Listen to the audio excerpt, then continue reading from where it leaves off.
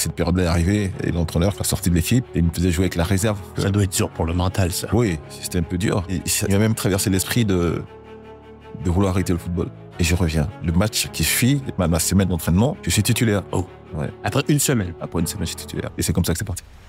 Cyril Demoreau, tu es un ancien défenseur international ivoirien qui a joué au Girondins de Bordeaux, à l'Olympique de Marseille, en sélection avec la Côte d'Ivoire, mais également avec l'Inter de Milan, l'AC Milan et l'Espagne. Reconnu pour ta solidité défensive et ton sens du placement, tu as affronté les meilleurs attaquants d'Europe et disputé de nombreuses finales majeures. Comment on se sent quand on devient joueur de l'Olympique de Marseille? C'est autre chose. Pour moi, c'était magnifique de jouer pour ce club. Avoir ce public derrière, et puis la ville aussi, la ville qui respire football, quoi. C'est quoi jouer avec Maldini? C'est le pied. On se parlait, on savait... Il a l'air tranquille. Il est tranquille. C'est un monsieur. Il parle beaucoup? Il taquine beaucoup. L'arbitre siffle, l'a fondu en larmes parce que c'était la période où c'était quand même difficile en Côte d'Ivoire. C'était difficile en Côte d'Ivoire parce que c'était la période où il y avait la guerre, tout ça. C'était une fierté. C'est une fierté pour nous d'avoir permis à notre pays de pouvoir hisser son drapeau au rendez-vous mondial du football. J'étais suivi par un thérapeute. À l'époque, il s'appelait Stéphane Renaud. Il me disait qu'à chaque fois qu'il allait voir ses patients là-bas à l'Inter, qu'il entendait parler de moi. Et jamais, mon agent m'a parlé de ça. Pour moi, c'était juste des rumeurs. Et donc, je vais à la basilique, je prie, je descends à ma voiture. Et au moment où je m'apprête à ouvrir la portière de ma voiture, mon téléphone, il sonne. Et je décroche. Bonjour, c'est Mazola, Sandro. Le coach Lippi m'a dit de te dire qu'on te veut pour l'année prochaine. Donc, tu viens à l'Inter l'année prochaine. Cyril, merci beaucoup d'être sur le podcast Histoire de foot aujourd'hui. Je t'en prie, c'est un plaisir d'être là. Et Cyril, encore dans le foot aujourd'hui, à quoi ressemble un petit peu ton quotidien? Est-ce que tu es encore en train de regarder ce si beau sport et de t'intégrer à ça? Aujourd'hui, je suis encore dans le football. Par la grâce de Dieu, je suis encore dans le football. Je fais partie du comité exécutif de la Fédération ivoirienne de football. Je suis le président des footballeurs ivoiriens, donc le syndicat ivoirien de football. Et en dehors de ça, j'ai mes activités professionnelles. Donc voilà, je suis 50% dans le football et puis 50% dans les affaires. Donc on s'est occupé. Je suis occupé, par la grâce de Dieu. Et là, on est à Paris aujourd'hui. Ouais. Mais j'ai cru comprendre que parce qu'habituellement, tu es situé en Côte d'Ivoire. Et là, tu revenais en France pour les 125 ans de Marseille, là. Un bel événement, tout ça. Oui, c'est un bel événement. J'ai été... l'OM m'a fait l'honneur de m'inviter, de faire partie des légendes du club. Donc, je suis venu pour le match, pour ce bel événement qui s'est très bien déroulé. J'ai participé au match. Malheureusement, je me suis blessé comme je suis plus trop en activité. Mais c'était une très belle fête. Et c'était un plaisir pour moi de retrouver mes anciens coéquipiers, mon grand ami Fabrizio Ravanelli, avec qui j'ai passé deux belles saisons, un gars bien. Et je suis content de le retrouver, et Bakayoko et tous son consorts. Mais je voyais des images, il y avait des légendes de Marseille, tout le monde était là, ça avait l'air d'être une fête incroyable. Et en plus, quelques jours plus tard, comme de fait, ils se qualifient pour la Champions League. C'est une bonne nouvelle. Je pense que les 125 ans ont porté chance au club. Absolument. Oui, je suis content parce que il y a une belle, je pense qu'il y a une belle politique qui est mise en place par l'équipe dirigeante qui a envie de bien faire. Et donc là, avoir un club comme l'OM qui revient en Champions League, c'est une bonne chose, surtout pour les supporters et la ville, parce que Marseille, ça respire football, quoi. C'est magnifique. Ah, c'est un truc de fou. Ils ont un bon coach cette année. Ils ont l'air d'avoir une belle vision également avec le président, avec le directeur sportif. Tu sens que c'est davantage solide que ce que ça a pu être dans le passé. Je pense qu'il y a plus de cohérence. Absolument. Ouais, il y a plus de cohérence. Je pense qu'ils ont pu faire de bons mercato. Ouais. Des joueurs cohérents avec un entraîneur qui a une vision et qui croit en sa vision et qui impose sa vision. La preuve en est, quand il a vu que l'équipe n'allait pas très bien, il a demandé qu'ils aillent en retiro, comme ils disent en italien, ouais. en feu vert, en Italie, justement, pour retrouver le groupe, pour retrouver une certaine cohésion, pour retrouver une solidité. Et la preuve en est que ça fait... En 3 matchs, je pense que c'est 3 matchs qu'ils ont fait en Italie, ils reviennent et ils se qualifient. Donc, je pense que c'est l'homme de la situation, je dirais.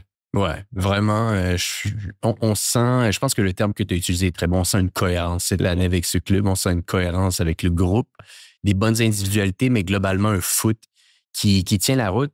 Et si on parle de foot, on revient un petit peu toi à ton enfance.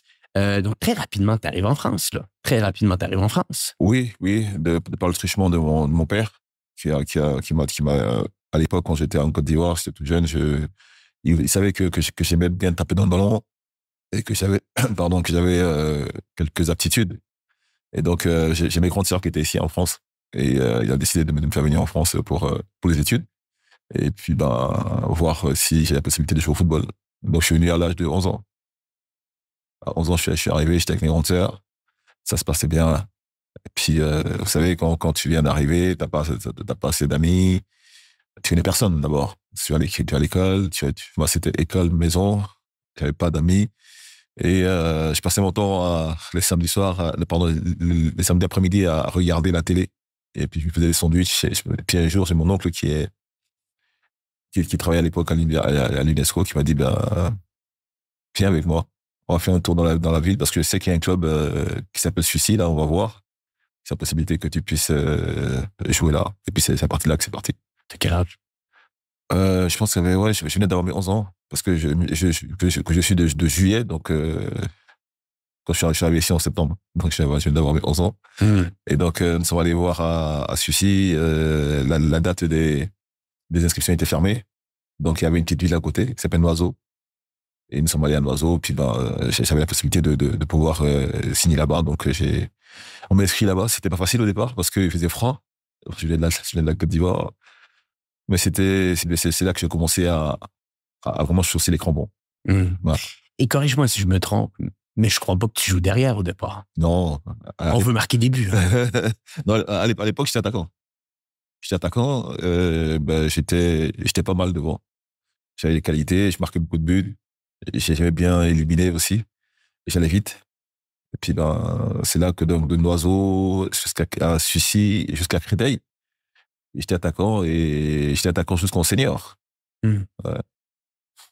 Donc, c'est pour dire à quel point que pour les jeunes qui nous écoutent ou n'importe qui est dans le foot, il faut pas rentrer dans un silo autour d'une position. Exactement. Et de penser que c'est là qu'on va jouer pour le reste de notre vie. On a l'exemple parfait. Exactement. On joue attaquant tous nos parcours jusqu'en senior. Et finalement, on devient défenseur central des meilleurs clubs d'Europe. Donc, c'est simplement pour rappeler ça aux gens qui nous écoutent. Je pense que c'est important de le garder en tête. Ouais. Parlons un petit peu de ton parcours en jeune. C'est un parcours en club amateur? Est-ce qu'il y a un centre de formation? Non, pas du tout en club amateur. J'ai fait un parcours en club amateur. Créteil, Noiseau, c'est un club amateur. Sucy, c'était un club amateur. Créteil, quand je suis arrivé, Créteil avait le statut professionnel, mais moi j'étais amateur parce que j'étais avec le centre, avec l'équipe junior de Créteil. On était amateur. Et c'est quand on est passé, quand je suis monté en senior, que j'étais avec la réserve pro. Mais non, sinon j'ai pas eu de contrat, j'ai pas eu la chance de passer dans le centre de formation. Non. Est-ce qu'il y a eu des essais? Pardon? Est-ce qu'il y a eu des essais pour entrer dans... Oui, bien sûr. Je me rappelle que je suis allé faire un essai deux essais même, à Auxerre, quand j'étais à Sucy. Je suis allé à 2 reprises faire des essais à Auxerre, mais ça n'a pas marché. Mais j'ai quand même fini la période du stage parce que on était à peu près une centaine de gamins. Ouais. Et il fallait finir par le dernier match. C'est le dernier match qu'il choisissait au milieu de cette ribambelle de jeunes. Il y a que 2 ou 3 qui prenaient à l'époque. Ouais. Et donc, moi, j'ai eu la chance de finir ce match, quoi. Je faisais ce match-là, quoi, pour finir le stage. À 2 reprises, j'ai fait ce match-là. Il y avait Roger Boli qui venait nous regarder, il y avait Basile, tout ça, qui venait nous regarder. Et pour moi, c'était beau de les voir. Parce que c'était Auxerre. À cette époque-là. J'ai fait ces essais-là, et puis, ben, ça n'a pas marché. J'ai même fait un essai à Dunkerque, à l'époque. Ouais. Et ils m'ont pas trouvé bon. Mais qu'est-ce qu'ils te disaient? Pardon? C'est quoi qu'ils te disaient? Pourquoi ça fonctionnait pas? Ben, je sais pas. À Auxerre, ben, je pense que il me manquait peut-être ce qu'eux, ils recherchaient, que j'avais pas. Et après, ben, je suis retourné à Sucy, je suis retourné à Sucy. Et quand j'étais à Créteil, j'étais en Détroit, On est monté en, on est monté en D2. Et il y avait un responsable qui était à Créteil, qui était à Strasbourg, et qui m'a appelé, qui m'a dit, bon, bah, viens faire un essai avec nous. Je suis allé à Strasbourg. J'ai fait l'essai, c'était concluant. Ils m'ont dit, ben, ouais, on te veut à Strasbourg, mais on va te garder avec la réserve. Et j'ai dit, attendez, je suis à Créteil, on monte en Ligue 2, je vais pas venir à Strasbourg pour jouer avec la réserve de Strasbourg. Non. Donc, je suis retourné à Créteil, j'ai fait ma saison en D2. Le club de Créteil est descendu, j'ai fait ma saison nationale, et puis je suis allé au Red Star. Ouais. Et parlons un petit peu de ça. J'aimerais que tu expliques pour notre audience aujourd'hui Créteil, Oui. quand tu es là-bas. Parce que là, c'est vraiment là que tu deviens dans un club professionnel en Ligue 2. Le parcours commence, on pourrait dire ça ici en professionnel. Là, tu joues où sur le terrain? Est-ce que tu es rendu derrière à ce moment-là? Oui. Donc, la transition s'est faite. La transition, elle se fait quand je passe en senior. La transition se fait là. J'étais l'attaquant vedette de l'équipe réserve de Créteil. Ouais, j'étais l'attaquant vedette de l'équipe réserve de Créteil. Je marquais des buts. Et puis à un moment, c'est, vous savez, la période la période de doute de l'attaquant, où tu marques plus, Ouais. t'as des occasions que tu mettais, tu n'arrives plus à cadrer, tout ce que tu fais, tu fais toi à l'envers. Et donc, cette période-là est arrivée. Et puis, ben, cette période-là, il y a l'entraîneur qui m'a sorti de l'équipe et il me faisait jouer avec la réserve. De la réserve. Ouf, Ouais, il me faisait jouer avec la réserve de Créteil. Donc, ça doit être dur pour le mental, ça. oui, c'était un peu dur. C'était dur, mais à l'entraînement, je sentais que à son entraînement, c'était meilleur, mais je marquais pas. Et donc, voilà. Donc, je pense qu'il a voulu, fouetter mon orgueil pour que je puisse revenir. Chose qui a eu lieu. Il a voulu faire ça fouettait mon orgueil. J'ai pu revenir en tant que titulaire. Et puis, lors d'un match amical, on va faire un tournoi. Non, pardon, lors d'un tournoi à Saint-Maur, les Gitanos, on va faire un tournoi. Et puis, il s'avère que là, il y a plus d'attaquants que de défenseurs. C'est rare qu'on voit ça. Ouais, il y a plus d'attaquants que de défenseurs parce que je pense que les défenseurs n'étaient pas là. Certains ne peuvent pas venir pour ce tournoi. J'ai dit, OK. J'ai dit, coach, il n'y a pas de souci. Si nous sommes nombreux devant, moi, je vais donner derrière. Je vais donner à cet tâche derrière. Il m'a dit, d'accord. J'ai fait deux matchs à un niveau. Il me regarde, il me fait, mais t'as joué derrière. Et c'est là que je me rappelle que lors de mon premier stage à OCR, quand j'étais à Suisse, ils m'ont fait jouer derrière. Lors de mon premier stage que j'ai fait quand je suis parti pour le stage qu'on a fait à OCR, ils m'ont fait jouer derrière. Et puis, c'est là que je me dis, merde, j'ai déjà joué une fois derrière. Donc, j'ai fait les deux matchs pendant le tournoi. Et le match de championnat, il me dit, joue derrière. Et je joue derrière.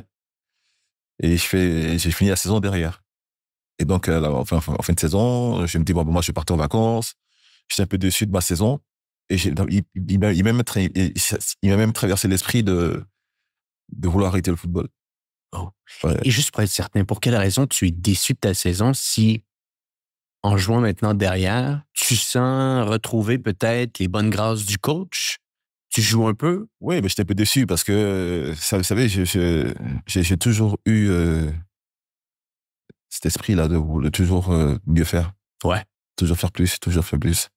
Et je me suis dit non, que là, j'avais failli, quoi. Et c'est pas normal que, en étant titulaire en équipe première, que je me retrouve en réserve.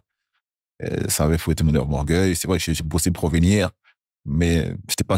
Et puis voilà. Il y a quelques paramètres sur lesquels je veux pas trop m'apaisantir. Ça m'a un peu, ça m'a un peu dérangé. Et puis donc, je pensais même arrêter le football. Et c'était les vacances. Et je devais aller en Côte d'Ivoire. Et je suis très croyant. J'ai pris beaucoup. Et je t'entendais, donc j'étais à la maison, c'est les vacances, j'étais à la maison, je regardais la télé.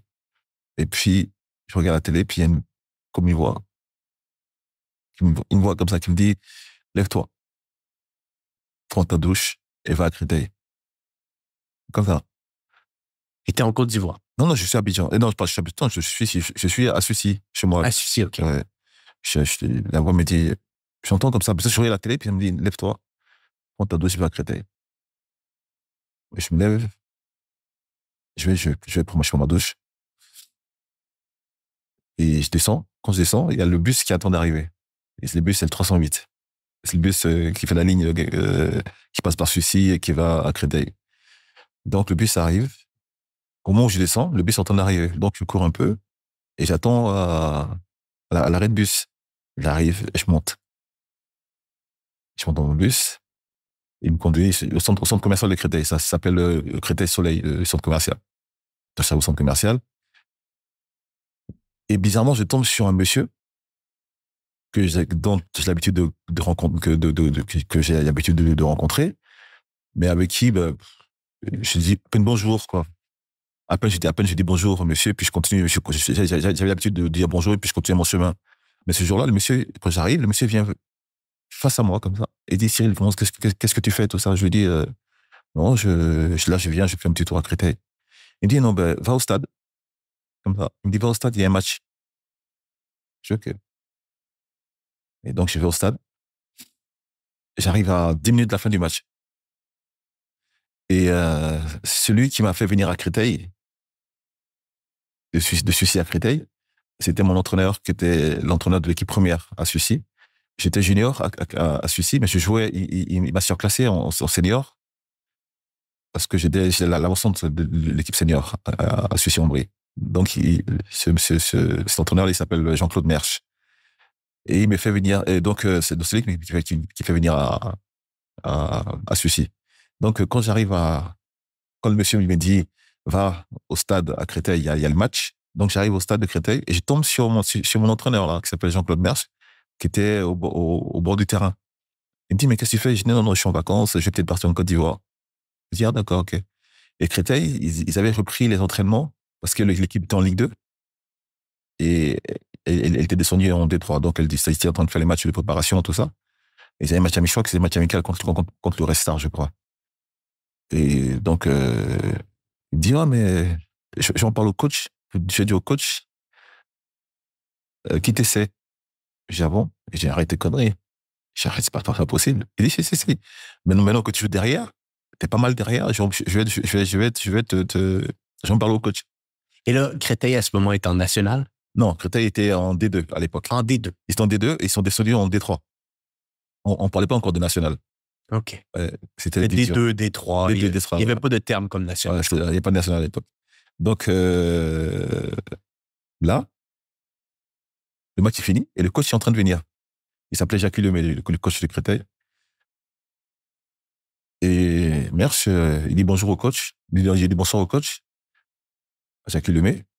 Et là, Jacques Lemay dit, ah, bonsoir. Il dit, Jackie, il y a le petit Domoro qui est là. Il joue, c'est un défenseur, mais non, il n'est pas mal. Il faut l'essayer. Le coach qui dit, OK, dis de venir demain. Et je regarde Jean-Claude. Il dit, mais Cyril, tu viens demain à l'entraînement. Le coach me dit, ah, demain. Et c'est comme ça que ça commence. Donc, je viens à l'entraînement. Je viens à l'entraînement le lendemain. Donc, je passe une nuit blanche. Stressé? Stressé, bien sûr. Parce que les autres avaient repris les entraînements depuis 2-3 semaines. Ils ont signé des matchs amicaux, ils étaient prêts physiquement. Moi, je ne faisais rien, j'étais en vacances. Je faisais rien. Et puis, j'ai loin de penser intégrer l'équipe Fagnon de Créteil. Et donc, j'arrive le lendemain, je viens dans l'entraînement. J'ai dit, coach, il dit, non, reviens le lendemain. Et je reviens. Et le match qui suit, ma semaine d'entraînement, je suis titulaire. Oh. Ouais. Après une semaine? Après une semaine, je suis titulaire. Et c'est comme ça que c'est parti. Parle-moi de ce match. Mais ce match, on va jouer contre Orléans, à l'époque. Avec l'équipe d'Orléans. On fait un match, parce qu'à l'époque, j'aimais bien créer le surnombre. Donc, je créais le surnombre et puis je faisais des passes décisives, tout ça. En tant que défenseur? Oui. Ah ben regardez, il y a des matchs, il y a des images quand j'étais à Marseille, quand j'étais en Ouais. sélection, j'aimais bien un peu le style de Laurent. Mais même au début, quand tu commences défenseur central, Hmm. sans pression, Non, sans pression. Parce que en tant que défenseur, moi c'est pas une fleur, mais j'anticipais déjà ce que l'avant-centre allait faire, les courses de l'avant-centre, parce que j'étais attaquant. J'anticipais un peu le déplacement de l'avant-centre. Et puis, je lisais beaucoup, je lisais bien, je lisais bien les trajectoires. ouais. Voilà. Et donc, c'est comme ça que pour moi, c'était plus facile d'anticiper, de savoir comment les gars, l'avant-centre allait se déplacer, quel appel il allait faire, l'appel contre-appel qu'il allait faire. Donc, quand il faisait l'appel contre-appel, je savais qu'il allait le moyen en profondeur, donc j'anticipais déjà. Ou bien quand il faisait ça pour partir, enfin, quand il partait à gauche pour aller à droite, ou quand il partait à gauche pour aller à droite, ou de gauche à droite, je savais pas. Donc, on fait une petite pause sur l'épisode en cours pour vous dire une chose, pour vous dire merci. Merci d'être autant présent semaine après semaine sur le podcast Histoire de foot. Mon nom est Antoine Gagné, animateur et producteur du podcast, et je vous le dis, ça me fait chaud au cœur de voir qu'à chaque semaine, vous êtes présent pour écouter les différentes histoires de foot qu'on a avec nos invités. Maintenant, si vous écoutez le podcast depuis quelques temps maintenant, vous le voyez, on n'a pas de sponsor, on n'a pas de gens qui vont venir financer le podcast. Tout est fait avec notre propre argent de A à Z. Et la seule chose que vous pouvez faire aujourd'hui pour nous aider, pour nous encourager, c'est simplement de vous abonner. De vous abonner sur YouTube, de vous abonner sur Spotify ou encore sur Apple Podcasts. Plus l'auditoire grandit, plus qu'on va être capable d'avoir des invités de classe mondiale et de continuer à vous livrer des histoires de foot qui vont pouvoir marquer votre esprit. Donc, je vous remercie encore. De retour à l'épisode en cours. Et les premiers matchs se mettent en place. Tu es titulaire après une semaine. Entraînement, oui. Et comment que les premières semaines, les premiers mois se passent même avec le groupe? Est-ce qu'on t'accueille? Est-ce qu'on t'intègre? Bon, c'était particulier. C'était particulier parce que j'étais avec en réserve avec l'équipe réserve pro. Il y avait Yann Lachur, je sais pas si vous connaissez, et il y avait Teddy Terré. On était avec la réserve, mais eux, on leur avait dit qu'ils seraient dans l'effectif de l'équipe Fagnon. Donc c'était Yann et Teddy Terré. Et donc ils me retrouvent avec eux. Il dit, mais t'es avec nous, je sais pas, je suis là. Je suis là. Et moi, je suis titulaire. Et puis Yann aussi, Yann il commençait aussi à faire ses classes. Et donc, on était les jeunes qui étaient là avec les pros. Et puis, ben, de par mon apport sur le terrain, de par mon caractère, j'ai réussi à m'imposer. Et puis, j'étais une pièce maîtresse du club, de l'équipe aussi. Et c'est le début de ta carrière. C'est le début de la carrière. On fait la montée avec Créteil. On remonte en D2. Et je fais pratiquement tous les matchs. Mais après, je m'étais blessé, donc j'ai raté quelques matchs. J'ai marqué des buts, tout ça.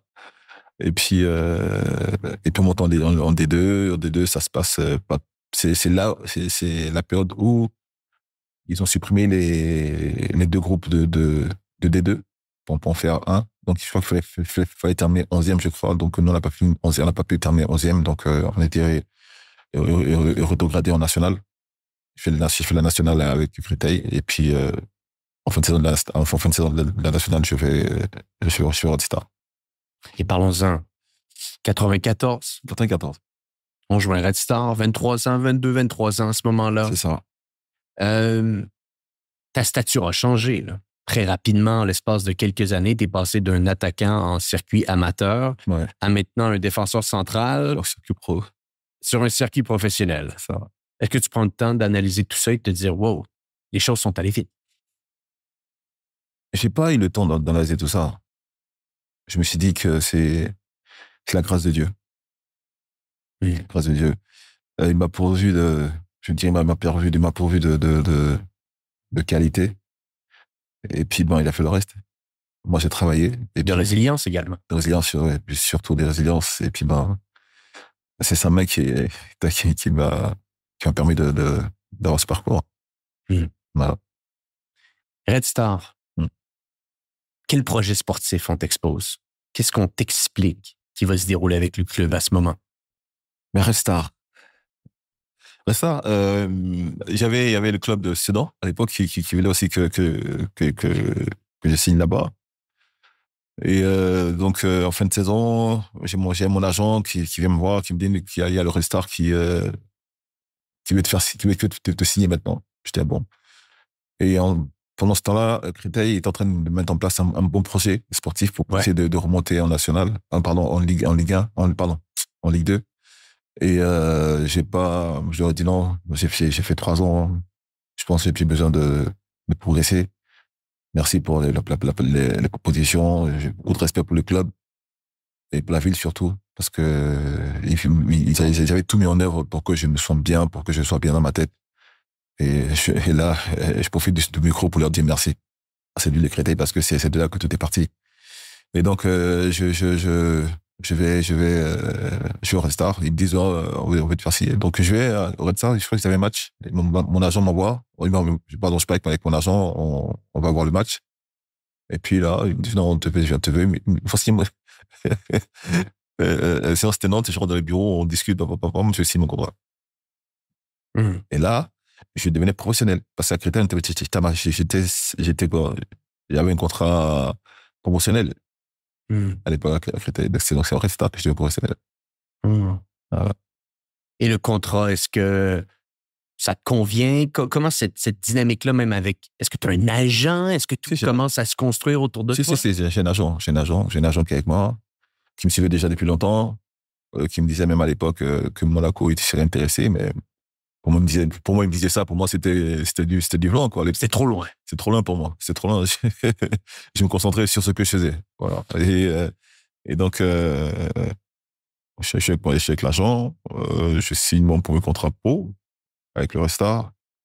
Pour moi, par rapport à ce que je gagnais à Créteil, c'était le jour et la nuit. Ça n'a rien à voir. Ça n'avait rien à voir. Donc, pour moi, c'était beau déjà de pouvoir signer mon contrat professionnel.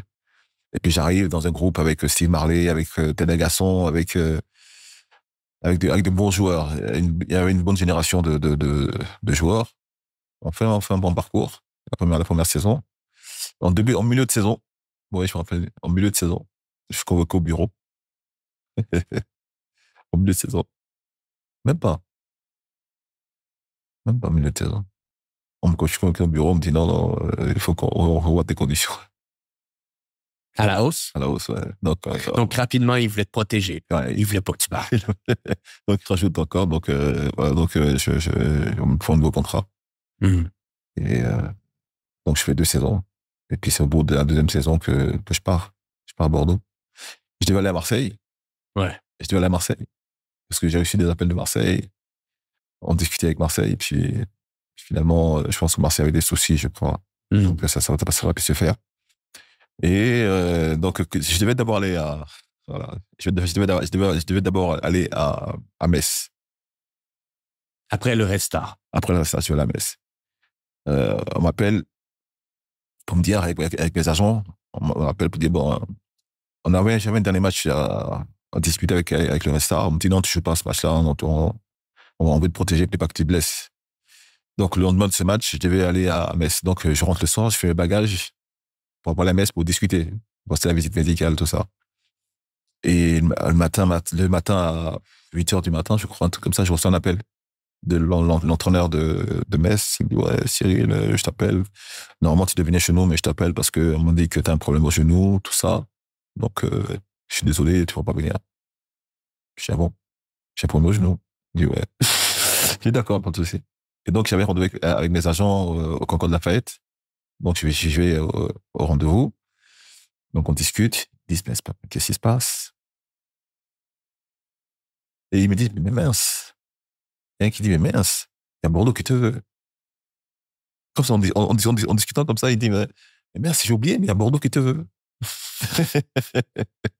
Je dis, ah, ok, on va à Bordeaux. Et puis, je pars à Bordeaux comme ça. Mais une chose, je veux qu'on parle un petit peu de Red Star parce que j'ai tendance à croire, et corrige-moi si je me trompe ici, que c'est vraiment là que tu as ta première marge de progression qui s'installe. Oui. C'est-à-dire que tu passes un cap. Le cap qui fait en sorte que des clubs de L1 veulent t'avoir dans leur effectif. Exactement. T'attires les projecteurs autour de toi. T'expliques ça comment, cette marge de progression? Est-ce que c'est le coach? Est-ce que c'est le groupe, la qualité du groupe qui t'a amené à un autre niveau? Est-ce que c'est toi qui es devenu encore plus sérieux dans ton entraînement? Je dirais qu'il y a 3 paramètres. Il y a le coach, monsieur Pierre Repellini, Mmh. qui m'a forgé le mental. C'est les coachs qui étaient derrière moi, qui savaient que j'avais du potentiel et sans arrêt qui me demandaient de travailler. Et de travailler. Il y a le coach, le premier. En second, il y avait un groupe de qualité. Moi, je venais de Créteil, donc j'étais en national. Le groupe, il y avait un groupe de qualité et je me devais d'être au niveau de ce groupe et voire même au-dessus de ce groupe. Et je pense que mais à force de côtoyer de bons joueurs, on finit par se bonifier. Et comme je disais, j'ai pour habitude de toujours aller chercher en moi je vais toujours chercher en profondeur le meilleur pour sortir, pour me bonifier. Et donc, quand je voyais qu'il y avait certains qui étaient à un certain niveau par, par rapport à moi, je faisais tout pour arriver à ce niveau-là et même faire plus. Et donc, et puis après, on avait un groupe de qualité. Quand on jouait, on prenait plaisir. Et donc, quand on avait en face de nous des bonnes équipes, on faisait en sorte de sortir le meilleur de nous. Et je pense que chacun tirait l'autre vers le haut. Donc, je pense que c'est un ensemble. C'est l'ensemble, tout un ensemble qui m'a permis de pouvoir taper dans l'œil des clubs de Ligue 1. Une combinaison de facteurs. Une combinaison de facteurs. Bon. Donc, il y a Marseille qui te veut. Il y a Bordeaux qui te veut. Ouais. Il y a Metz qui te veut, mais qui parle de problèmes de genoux. Finalement, tu débarques à Bordeaux avec les Girondins. On est en 96 ici. Finale de Coupe de la Ligue, première saison. Oui. C'est pas rien. Oui. Bordeaux, j'arrive à Bordeaux.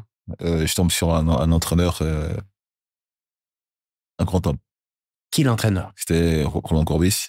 Ah, Roland Courbis, OK. Je tombe sur Roland Courbis.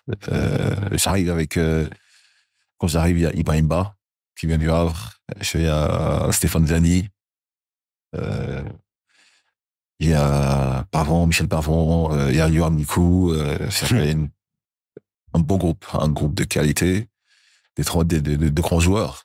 Il y avait derrière, dans nos buts, on avait un gardien belge qui s'appelle Gilbert Baudard. Et puis, il y a Krala qui vient. Moi, j'arrive du Red Star, donc je viens de la Ligue 2. Donc, il faut encore batailler pour pouvoir s'imposer. Les entraînements, les séances d'entraînement, on commence sur ces entraînements.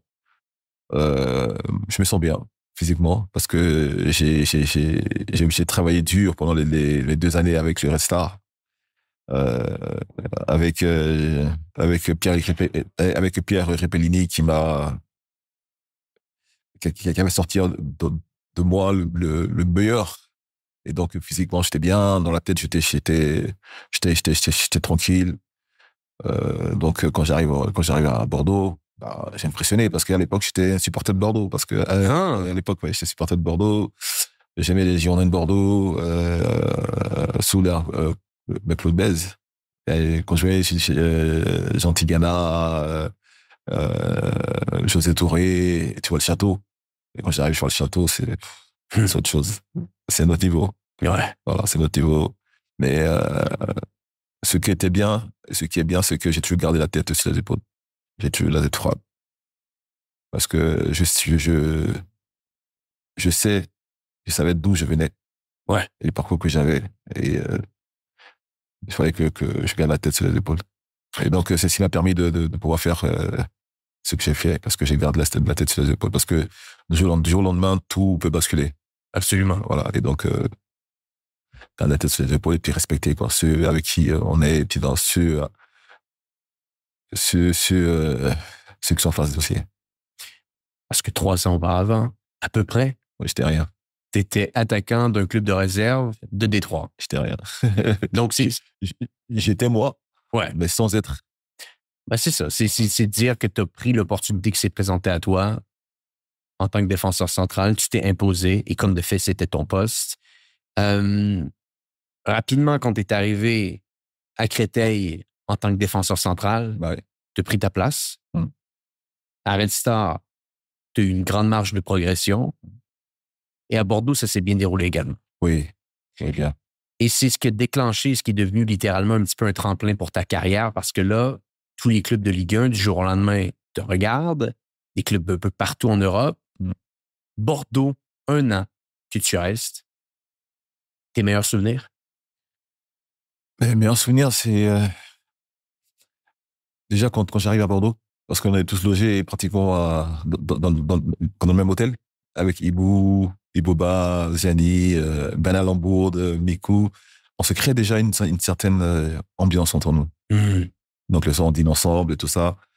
Et il y avait une certaine ambiance, il y avait une certaine camaraderie qui s'est installée. Donc quand on est à l'entraînement, c'était bon enfant. On avait un entraîneur aussi qui faisait en sorte qu'il y ait une osmose, une cohésion, une vraie cohésion. Et ben, on prenait plaisir. Mm. Voilà, on prenait plaisir. Et puis, ben, il y a la qualification pour la Coupe de la Ligue. Bon, la première participation à la Coupe de la Ligue. Malheureusement, on peut au tir au but. Et j'ai manqué un penalty. Et ça m'est resté dans la tête parce que, en entraînement, je mettais tous les penalties. Et puis là, le jour de la finale, ben, je rate ma frappe et j'étais le dernier, j'étais l'avant-dernier. Et puis je rate ma frappe et puis on perd au tir au but.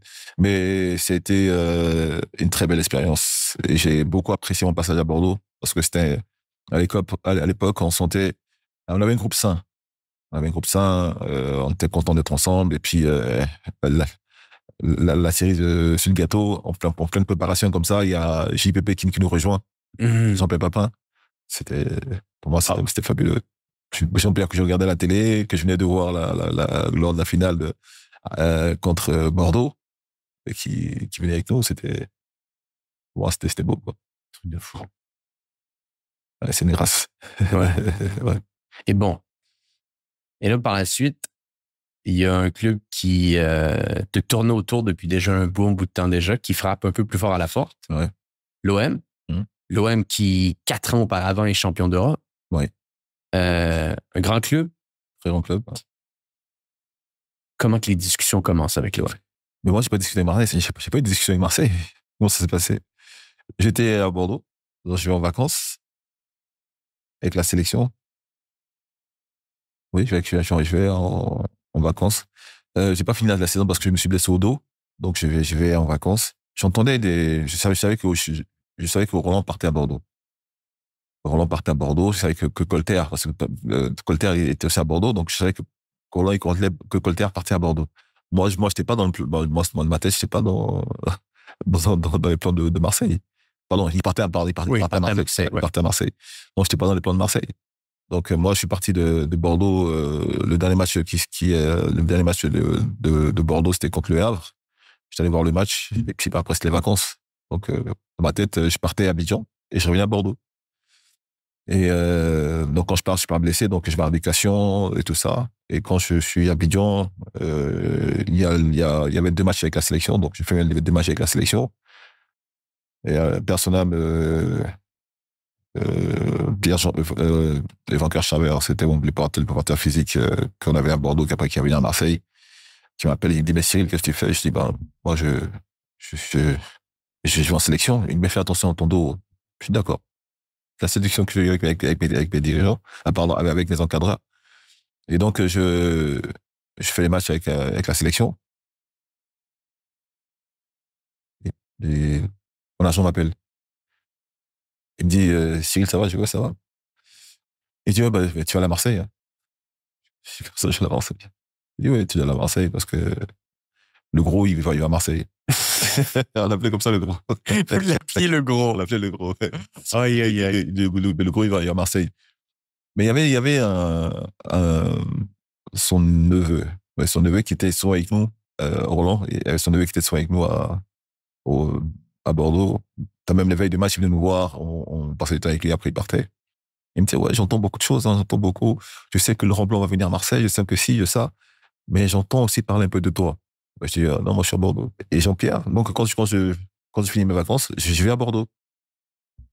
Et puis, je vais à Bordeaux, et puis je vais au Hayon. Jean-Pierre me dit, non, mais tu restes ici. Hein. Je dis, mais je suis à Bordeaux. Il dit, non, non, tu t'en vas. Il m'a dit, non, tu t'en vas, t'es parti. Je dis, ah, ok. Il dit, ok. Donc, je prends mes affaires, et puis, je prends mes affaires sur Bordeaux, et je reviens sur Paris. On me dit, non, tu ne t'entends plus avec Bordeaux, parce que tu vas à Marseille. Et Marseille, il était en préparation. Et quand je vois maintenant que c'est acté, c'est quand je vais à Merano. Marseille me met le billet pour que j'aille à Merano. J'arrive à Merano, je me retrouve avec Laurent Blanc et Ludovic Azuard. Donc on se retrouve à trois là-bas. Je dis, ah ok, d'accord. Ouf. Bon, donc je suis à Marseille. C'est comme ça que ça se passe. Et puis donc je suis à Merano, on reste une semaine avec Laurent. Laurent et Ludo. Puis après on rejoint Marseille. Et puis c'est là que je signe mon contrat. Et entre clubs, je pense qu'ils sont entendus. Et puis moi, je viens de signer mon contrat. Et puis voilà. Comment on se sent quand on devient joueur de l'Olympique de Marseille? C'est autre chose. Ça transpire l'histoire. Ça me rappelle, c'est magnifique. C'était magnifique. Pour moi, c'était magnifique. Magnifique de porter le maillot blanc, magnifique c'était beau de jouer sur ces couleurs, de jouer dans ce stade, parce que j'avais eu l'occasion à deux reprises de jouer dans ce stade. Et pour moi, c'était magnifique de jouer pour ce club. Ouais. Et avoir ce public derrière, et puis la ville aussi, la ville qui respire football, quoi. Ouais. Qui sent la ville qui respire football. C'est les fanatiques. Les fanatiques. Puis bon, là, j'arrive. Quand je rejoins le club, quand je rejoins le groupe, je les rejoins c'était à Limoges, je crois. C'est Limoges, hein. Ouais. Je sais plus. Mais, ils étaient en stage là-bas. Et donc, je les rejoins là-bas. Et c'est de là-bas que je vais après on part après à Marseille. Je crois que c'est à Limoges. À Limoges. Ouais, j'ai rejoint à Limoges parce qu'ils étaient installés là-bas pour des tests, pour des tests. Pour des tests. Donc, on fait les tests là-bas. Tests physiques. Tests physiques, ouais. De vitesse, de physique, d'endurance et tout ça, quoi. Ouais. Tu nous disais plutôt que quand Créteil t'appelle pour venir t'entraîner avec eux, pendant une nuit au complet, tu dors pas. Oui, je dors pas. Et là, quand tu arrives à Marseille, avant ton premier entraînement, ton premier match, est-ce que tu es un petit peu plus tranquille? Il y a encore cette nervosité de... Quand j'arrive à Marseille? Effectivement, avant ta première séance d'entraînement. Non, je prends l'avion. Non, je sais pas, j'ai pris l'avion. Je prends l'avion. Je pars de Paris, je prends l'avion, j'arrive là-bas. Ce qui m'a marqué, c'est l'accueil de Titi Camara. Ouais. Titi Camara, quand je suis arrivé, il m'a vu arriver, j'avais 2 gros sacs. Il est venu vers moi. Il m'a dit, non, je prends un sac, je prends un sac. Et ça m'a marqué parce que on avait joué en championnat. C'était le Lens Bordeaux. Et j'avais été dur avec lui sur le terrain. Et son accueil m'a marqué, ça m'a fait chaud au cœur. Ça t'a mis en confiance. Ça m'a mis en confiance et je me suis dit, ça va, ça sent bon. Ça sent bon. Ça sent bon. Il y a eu des belles choses à Marseille qui se sont mises en place. Oui. En 99, finale de Coupe de UEFA. Oui. Vice-champion de France également en 99. Si tu avais peut-être à nous dire les plus beaux moments à Marseille, que ce soit à l'entraînement, que ce soit des matchs, des moments, est-ce qu'il y a certains souvenirs qui te viennent en tête très rapidement? L'ambiance qu'on avait dans le vestiaire. Il y avait une très bonne ambiance dans le vestiaire. Avec qui tu t'entends bien dans ce vestiaire? On t'entendait bien avec tout le monde, pratiquement. Je suis tranquille, moi. Dans ton coin? Pas dans mon coin, mais j'étais un peu taquin aussi. Mais non, je pense que j'ai eu des bons rapports avec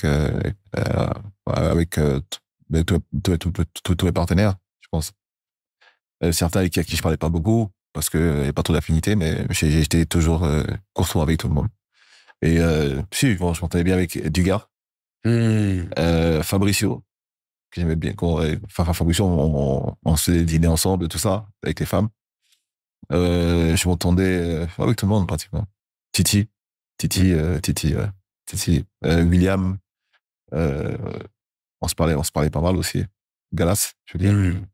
Et puis, oui, mon petit Luxin, Peter Luxin que j'aimais beaucoup. Parce que je l'avais eu à Bordeaux. Il avait quitté Cannes, il venait à Bordeaux et il était tout avec lui, quoi. Mhm. Voilà. Des beaux moments. Des beaux moments. Et Flo Maurice. Flo Maurice, Gourvenec. Non, pratiquement avec tout le monde, j'ai eu de bons rapports. Mhm. Ouais. En termes de match, d'expérience, d'événements. En tant que match, ben, il y a ma première victoire contre le PSG. Un classico, c'est comment? Un classico ici à Paris. Quand ma première saison à, à Marseille. On gagne ici 2-1. C'était beau. En termes de match, mon premier but avec Marseille, Mhm. c'était à Cannes. Euh, Après ça, il y a la demi-finale. C'était où? Paris, là. En Coupe d'Europe? Coupe d'Europe, ouais. Mhm. C'était contre Bologne. Mhm. Ouais, contre Bologne, quand on gagne là-bas. On gagne pas, on se qualifie là-bas. Hein, c'était quelque chose de fabuleux. Parce que on était mené, donc on pensait être éliminé. Puis il y a ce penalty-là, que Lolo lui fait une farce. Il frappe, il tire son premier penalty, et l'arbitre lui demande de retirer. Il me dit, tu peux pas tirer? Je dis, non, pas du tout. Il dit, Cyril, t'as pas tiré? Non, non, non. Tu te rappelais de la finale avec Bordeaux Ah, l'année avant? Ah, non, il tire il met son premier penalty, et l'arbitre dit non, qu'il y avait un joueur qui était rentré, donc il fait tirer le penalty. Et puis surtout vers moi, il dit, tu n'as pas tiré. J'ai dit, tu as les qualités pour ça, donc vas-y. Et c'était fabuleux, quoi. mhm. Fabuleux. Je ne doute pas. Ouais. Est-ce qu'à ce moment, tu te vois faire ta carrière à Marseille? Ma deuxième saison? Ouais, est-ce que à un certain moment donné, dans tes réflexions, dans tes discussions avec tes proches, tu te dis, moi, les 10 prochaines années de ma carrière, je les vois faire à Marseille? Pour dire vrai, j'espérais encore une saison avec Marseille. Tu voulais au moins une autre saison. Encore une saison avec Marseille, parce que je me sentais bien, Hmm. euh, j'aimais l'ambiance qui régnait dans ce groupe. Les supporters, c'était beau, quoi. Quand tu sortais des tunnels comme ça, que tu montais sur la pelouse, c'est- c'était comme si tu étais transcendé, quoi. Ouais. Voilà, ça te transcendait d'entendre les supporters, les chants des supporters, et ce parfum-là.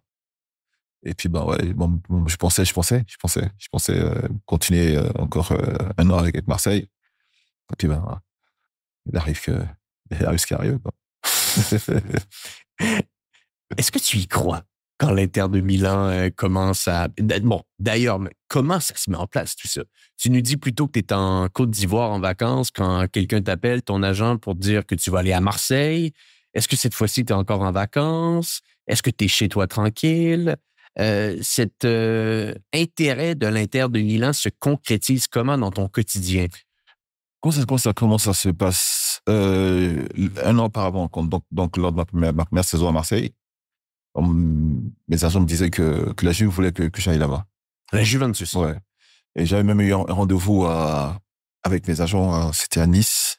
Finalement, ils ont dit non, il y avait trop de complications. Hmm. Donc, le rendez-vous avait été annulé. Et donc, je retourne à Marseille, je fais la saison. Ils disaient non que les Pics voulaient que je vienne. Donc, je retourne la saison à Marseille, je fais ma saison. Et il y a eu un derby, euh, Marseille contre Paris. Non, ouais, non. C'est pas Marseille, Paris. Ouais, c'est avant ça. Il y a eu on jouait en Coupe d'Europe. On jouait en Coupe d'Europe contre Monaco. Contre Monaco. Les 10 premières minutes de jeu, il y a une balle comme ça, là, j'étais face à Ipeba, qui met une frappe, et je prends le ballon dans l'œil. Ouais. Et je prends le ballon dans l'œil, plein dans l'œil, comme ça. Et donc, je suis blessé. Et je pars en urgence à l'hôpital. Donc, je reste, je crois, 3 jours à l'hôpital, en observation. J'avais le sang dans l'œil. Donc, je reste 3 jours en observation. Et donc, quand le son se résorbe, on me laisse un temps comment dire ça, D'adaptation, un peu de de repos. repos. Et quand je reviens, donc je fais ma préparation pour revenir. Et donc, quand je fais ma préparation, je finis ma préparation. Donc, je réintègre le groupe. Et le match où je dois faire mon retour, c'est contre le PSG. C'est contre le PSG. Et comme je disais, je suis beaucoup croyant. Euh, je demande à un ami de la famille qui est le parrain de mon fils, qui s'appelle Thierry. Je dis Thierry, accompagne-moi à la basilique, à Marseille. Donc, on va à la basilique. Et avant ça, mais j'entendais dire, parce que j'étais suivi par un ostéopathe à l'époque. Non, un fasciathérapeute. À l'époque, il s'appelait Stéphane Renaud. Mmh. Il me disait qu'à chaque fois qu'il allait voir ses patients là-bas à l'Inter, qu'il entendait parler de moi. Hum. Il y a Benoît Coué qui parlait de lui et qui parlait de moi et Paulo Sousa. Je dis, ah, ok, d'accord. Quand ils me disaient ça, je dis, ah, mais c'est bien. Je suis bien. Mais jamais mon agent m'a parlé de ça. Donc, pour moi, c'était juste des rumeurs. Et donc, je vais à la basilique, je prie. J'ai même demandé au prêtre de me bénir une médaille et un crucifix, là, qui me bénit, que je porte. Et je descends à ma voiture. Et j'ai discuté avec Thierry, on parlait de comment elle allait s'organiser pour que la famille vienne au match, tout ça, le lendemain, et comment. Et au moment où je m'apprête à ouvrir la portière de ma voiture, mon téléphone, il sonne. Puis je vois le téléphone, il m'appelle un numéro bizarre. Et je décroche. Et au bout de fil, il dit bonjour, Cyril, je dis bonjour. Il dit c'est monsieur Mazola. Mazola. Mazola. Donc, on revient. Ouais. Tu es à la basilique. C'est la basilique. Tu rouvres la porte de Ouais. ta voiture. Je dis non, je m'apprête à ouvrir la porte de ma voiture. Mon téléphone, il sonne. Mon téléphone, il sonne. Et je décroche. Bonjour. Il dit bonjour, Cyril. C'est Mazola, Sandro Mazola. Sandro Mazola. Un nom que j'entendais déjà, que j'ai entendu parce que ça a été un grand joueur. C'est Sandro Mazola. J'ai dit bonjour. Il dit on te veut pour la saison prochaine. Le coach Lippi m'a dit de te dire qu'on te veut pour l'année prochaine. Donc tu viens à l'Inter l'année prochaine. Je suis pas passé par, c'est pas un agent qui m'a appelé, il m'a appelé directement. Et là, tu réagis comment? J'ai dit, ah, d'accord, ok, j'ai compris. Il dit, réfléchis, dis-moi comment ça se passe, et puis on met ça en place. Et donc, moi, je me prépare pour mon match Classico. classique. Et puis, je vais au match, je prépare mon match, tranquillement. Et quand je finis le match, j'appelle mon agent après pour dire, l'Inter m'a appelé. Il dit non, c'est pas vrai. Je dis, mais attends, mais c'est moi qui t'appelle pour te dire que l'Inter m'a appelé. C'est pas toi qui m'appelle pour me dire que l'Inter m'a appelé. C'est moi qui te le dis. C'est moi qui te dis que l'Inter m'a appelé. Il dit, ah ouais, j'ai vu. L'Inter m'a appelé. Et puis c'est comme ça que je l'ai mis en contact, quoi. Et toi, dans ta tête, Mmh. à ce moment-là, Ouais. tu voulais faire une année de plus à Marseille, mais il y a l'Inter qui appelle. Mmh. Et là, on va essayer de situer les gens qui nous écoutent. D'accord. L'Inter, c'est Marcelo Lippi, le coach. Oui. Il n'était pas encore coach, hein. Il allait. Il allait chez le coach. Il y a des joueurs de classe légendaires qui sont avec l'Inter à ce moment-là. Oui. Il y a R9 qui joue avec Oui. l'Inter. Oui. Je veux dire à toi d'aller jouer avec un club de la sorte. Et c'est important aussi de mentionner que l'Italie, C'était à ce moment-là, c'était le championnat à vouloir jouer. Tous les grands joueurs voulaient jouer en Italie, que ce soit pour l'Inter, que ce soit pour l'AC Milan, que ce soit pour la Juve. La Lazio aussi. Lazio est un grand club à Rome également. À ce moment-là, il l'est toujours, mais bon, c'était encore plus présent fin des années 90, début des années 2000. Mmh. C'est une ascension rapide, là, tout ça. 5-6 ans auparavant. J'étais derrière, j'étais accrédité. Donc, est-ce que c'est une réflexion rapide de ton côté? Est-ce que c'est une réflexion longue? Est-ce que c'est un « oui, je le veux » ou « je vais y penser » Comme j'ai dit, j'ai gardé la tête froide. Parce que à cette période-là, pour dire vrai, j'avais beaucoup de sollicitations. Hein? Ouais, Donc, il n'y avait pas que l'Inter. il n'y a pas Là. que l'Inter. Qui d'autre? Il n'y a pas que l'Inter, il y avait la Roma, il y avait la Roma, il y avait la Fiorentina. Et j'ai même reçu un appel de Liverpool. Fou. Ouais, au dernier moment. Qui, si j'avais pas été pressé, ben, je serais peut-être allé voir parce qu'il me faisait une proposition qu'on ne peut pas refuser. Oh, Hmm. un contrat XXL. Là. Pas refuser.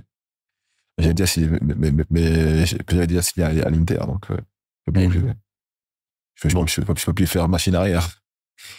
Est-ce que ça a été compliqué entre l'Inter et Marseille pour finaliser l'entente?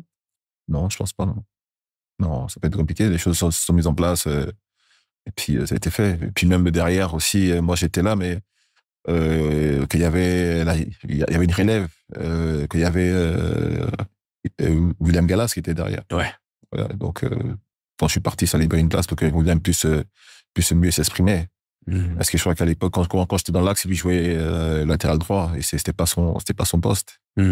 Voilà, donc ça libérait et puis William a pu qu'elle a pu éclore. Ouais. Voilà. En France, bien entendu, à Marseille, à Bordeaux, tout se passe en français. Ouais. T'arrives en Italie, C'est une autre langue. nouvelle langue, des grands joueurs. Nouveau style, nouveau système. On s'entend, c'est le style à l'italien. C'est l'italien. Donc, on dirait, si on analyse le début de ta carrière jusqu'à maintenant, l'intégration dans les différents clubs se passe assez bien. C'est bien, ouais. Assez bien à Bordeaux, assez bien à Marseille. Tout est en place pour que tu aies du succès. Qu'en est-il maintenant de l'Inter de Milan? Parce que là, les paramètres sont différents. Ils sont différents. C'est autre chose. C'était des... je peux dire que Marseille, c'est un certain niveau, mais quand tu arrives à l'Inter, c'est autre chose. C'est autre chose. Tout est carré. Quand j'arrive à l'Inter, mais avant que j'arrive à l'Inter, c'est important que je précise, c'est que j'avais demandé à faire une préparation avant d'arriver à l'Inter. Donc, je fais une préparation quand je suis à Marseille. Donc, je fais ma séance, je fais ma préparation. Et lors de ma séance de préparation, je glisse un peu. J'ai glissé. Ma jambe droite a glissé. Et j'ai senti un petit un étirement au niveau de l'adducteur. Donc, je me suis dit, c'est rien, ça va passer. Donc, j'arrive à l'Inter, le premier jour, on arrive avec Laurent. Et moi, j'avais signé avant Laurent. Ouais. Et quand je suis en vacances, j'apprends que Laurent a signé. Donc, je suis content parce que je me dis, bah, c'est bien, on se retrouve on prend l'avion, et puis on va sur Milan, là, à Milan. Et quand on arrive au camp d'entraînement, on me dit, bon, on va dans les chambres, vous avez votre chambre, elle est là, Laurent et toi. Okay. Et donc, quand je suis là, moi, je suis... Laurent Blanc. Laurent, c'est tué les gens qui nous écoutent. Laurent Blanc, ouais. Laurent Blanc, donc on était voisins de chambre. Et donc, on nous a dit, bon, installez-vous, et après, vous descendez dîner, et tout ça. Mais quand tu arrives là-bas, c'est piano gentile. À piano, mais quand à Marseille, on n'avait pas ça. Quand tu arrives au camp d'entraînement, tu as ta chambre, tout, tu as les restaurants. À Marseille, on n'avait pas ça. Là-bas, on arrive à ça. Donc, moi, je pose mes affaires, et Laurent pose ses affaires tranquillement. Et puis, quand je la porte, c'est comme si c'était hier. Je la porte comme ça, bah, la chambre pour sortir, je fais ça, je vois Baggio qui passe. Je fais ça, je vois Moriero, Zanetti qui passe. Et je rentre à Laurent, je dis, mais Laurent, il y a Zanetti, tout ça. Il dit, bien sûr, t'es avec eux. Il dit, mais bien sûr, on va jouer avec eux. Ouais. Et puis, donc là, tu te dis, bon, ok. Je suis ailleurs. Et puis, Lippi nous a reçus, on a parlé un peu. Moi, je parlais pas encore italien. J'apprenais quelques mots, là, donc je baragouinais un peu. Est-ce que tu avais un traducteur ou... Non. Je me débrouillais avec les... En plus, à l'époque, il y avait Zomana Camara qui était là. Il y avait Franck Sylvestre. Il y avait Ousmane Dabo aussi. Donc, quand le coach parlait, il m'expliquait un peu. Laurent, est-ce qu'il parlait italien? Laurent, il parlait parce qu'il avait joué à l'époque à Naples. Hein. Ouais. Donc, il parlait un peu italien. Bon.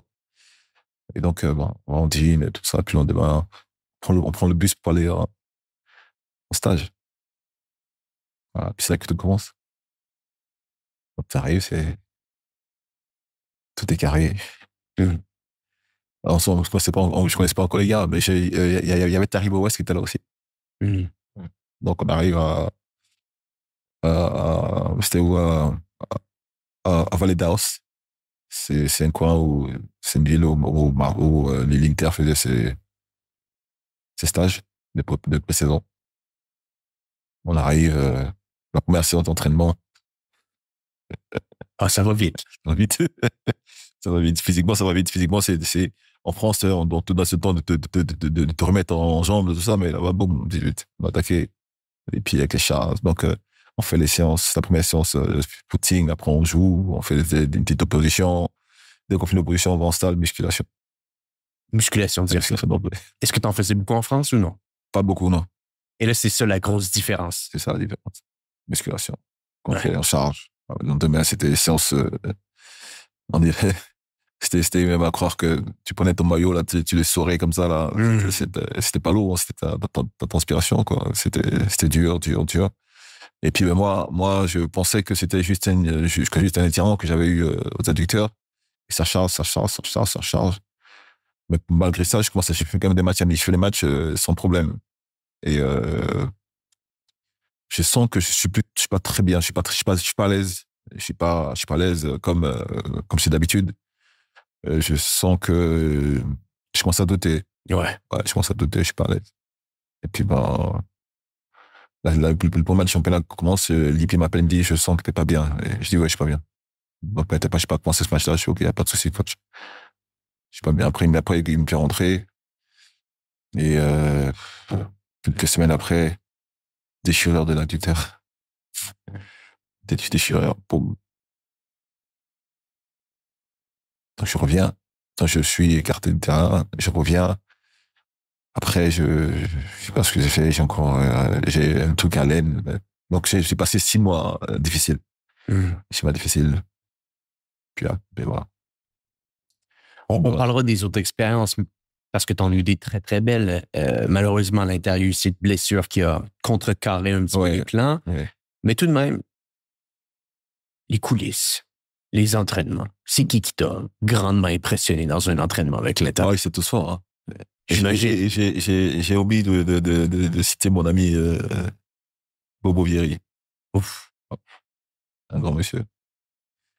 Un grand monsieur. Je passais des moments avec lui. Bobo Vieri, c'est le camp Tatako qui m'a impressionné. Ouais. D'une adresse incroyable. À l'entraînement, tout ce qu'il avait comme ballon devant lui, quand il frappait, c'était lucarne, c'était une puissance de frappe. Puissance de frappe. Puissance de frappe. C'était très fort. C'est le plus fort que tu as vu? En tant qu'attaquant. Ouais. Pur attaquant, ouais, c'est plus fort. Qu'est-ce qui te distingue des autres? Nous, on le voyait sur le terrain. Je veux dire, on est capable de comprendre un peu le style de joueur, mais c'est toujours à l'entraînement qu'on peut bien comprendre. Ouais, c'était une bête de travail. Ah. Ouais, une bête de travail. Une bête de travail. C'était tout en puissance. Tout en puissance. Et puis, il y avait Ronaldo qui était côté. Ronaldo, c'est... Est-ce que tu l'as côtoyé quand il était en santé ou il était blessé à ce moment-là? C'est Ronaldo? Ouais. Ronaldo, si, je côtoyais quand il était revenu, il avait quand même des pépins au niveau du genou, donc je ne fais pas souvent. J'ai fait quelques matchs avec lui. Oui, si, on a joué ensemble. Et après, il s'est blessé. Ouais. Mais non, pas la blessure qu'il a eue là après. Mais je crois qu'il avait eu un souci. Il a fait sa rééducation, il est revenu. Donc, c'est après cette blessure-là qu'il est revenu, qu'il s'est blessé. Quand il est revenu de cette blessure-là, il devait pas, logiquement, ce match-là, je crois qu'il ne devait pas faire le match. Puis il est rentré, quoi, puis c'est blessé. De toute façon, terminé, et puis il est rentré. Ouais. Et tout de même, R9 à l'entraînement. R9, c'était autre chose. Autre chose? C'est El Fenomeno. C'était vraiment le phénomène. Est-ce qu'il était à fond la caisse dans les entraînements ou assez tranquille? Il n'a jamais été à fond pendant le match. Hein. On dirait que c'est quand ça lui tentait. Quand ça le tente, il il a une, deux, trois actions, il a deux, trois actions dans le match. C'était pas ce style de joueur aujourd'hui c'est pas le style de joueur qu'on voit aujourd'hui. Les joueurs qui sont sans arrêt, on appelle, lui, c'était non, il marchait et puis, il mettait d'accélérateur. Juste, il comme ça, marchait, et puis, boum, il est parti. Ouais. Et toi, le temps de réaction, quand tu vois que son short, quoi. Et non, je me suis dit, ben, c'est une grâce, quoi. C'est une grâce la grâce que j'avais eue de côtoyer ces gens-là et Baggio. Ouais. Roberto Baggio. Il était quand même vers la fin, par contre, un peu Baggio. Baggio, c'est la classe. Ouais. Très gros joueur. Vers la fin, mais c'était Baggio, quand même. Un des plus grands joueurs de l'histoire de l'Italie. Un des plus grands joueurs. Baggio, on joue le dernier match. Non, le championnat termine, c'est terminé, mais on jouait, ils appellent ça le spareggio. Spareggio, c'est les matchs de barrage parce qu'on était égalité de points avec Parme. Donc, il fallait fallait ce match de barrage là pour désigner le quatrième, je crois, en Italie, qui pouvait faire des barrages pour la Champions League. Et on va jouer contre Parme. Donc Parme marque en premier. Et Roberto, il a mis un coup franc que personne ne peut mettre. On trouvera les images pour les gens qui nous écoutent. On trouver les images. Il a mis un coup franc que personne ne peut mettre. Et dans les buts, c'était Buffon. Il t'a mis un coup franc. Et puis, je crois, le deuxième but, c'est une reprise de volée. C'était son dernier match avec l'Inter. Mais quelqu'un d'agréable à vivre. Ouais. Alors, il respectait tout le monde. C'était tranquille dans son coin. Et là, tu te dis, tu as beau faire ce parcours-là, mais tu tombes sur des personnes qui sont à un niveau et qui sont d'une simplicité. Et que toi, qui viens d'arriver, respect, quoi. Faut respecter ces personnes-là. Et ces personnes-là, quand tu voyais Ronaldo, il était simple, c'est une simplicité. Baggio, une simplicité. Laurent Blanc, ouais. C'est une simplicité. Quand tu côtoies ces personnes-là, bah, tu te dis et tu te rends compte que c'est pas parce que tu as un certain niveau que tu vas manquer de respect à qui que ce soit. La tête froide. Tête froide. Ouais. C'est des gens qui peuvent te montrer c'est quoi l'humilité, les marches à suivre pour devenir un grand athlète, un grand professionnel. Exactement, les marches à suivre. Quand j'étais à l'Inter, Vieri voyait que j'étais pas très bien. Parce que quand j'étais blessé, il me dit viens, on va manger ensemble, et puis on parle de tout. Mais parce qu'il sait que tu viens d'arriver, que t'es pas très bien, il te montre qu'ils sont là. Ouais. C'est la classe. C'est la classe. C'est la classe. Ça t'intègre bien. Malgré les blessures, tu as des très beaux souvenirs sur les blessures de l'Inter. Bien sûr. Ça, c'est la classe. Quand, des fois, il y a un joueur qui dit, bon, les gars, venez, on se retrouve tous, on se fait des bouffes ensemble. Et puis, cette simplicité, Zanetti, d'une certaine gentillesse. Ouais. Mais j'ai apprécié mon passage à l'Inter. Malheureusement, j'ai été blessé. Et puis, après, je pense que là, j'ai mal, pas mal, mais j'ai voulu, comme je suis un compétiteur, j'ai voulu repartir après une bonne saison. Et pour revenir, je suis parti, j'ai dit au coach, je lui ai dit, coach, je fais que Bastia me voulait, puis l'Angleterre aussi, mais ça m'a jamais, le football anglais à l'époque et le football anglais d'aujourd'hui, c'est pas la même chose. Voilà, donc, il y avait l'Angleterre qui me voulait, tout ça, mais j'ai dit non, je vais aller en France, finir les mois là pour que je fasse une saison pleine et pour revenir. Et c'est quand j'ai dit au coach, il m'a dit non, t'es sûr, je suis coach, je vais aller jouer. Il était fâché parce que j'étais pas content. On avait fait le match les qualifs pour la Champions League en Suède. Il m'a fait jouer, j'étais titulaire, donc je fais le match. À la mi-temps, il me sort. On était à 0-0. Et au final, on perd 1-0. Et celui qui rentre à ma place, c'est par celui-là que le débordement est passé et le centre est passé. Et je pense que le match d'après, je vais jouer. Ils m'ont mis dans les tribunes. Et donc, je suis pas, on est éliminé à la maison. Et mon souhait, c'était de jouer à la Champions League. Et la Coupe de l'UEFA, j'avais été champion, pardon, j'avais été finaliste. Vice-champion, ouais. J'étais vice-champion avec Marseille, donc,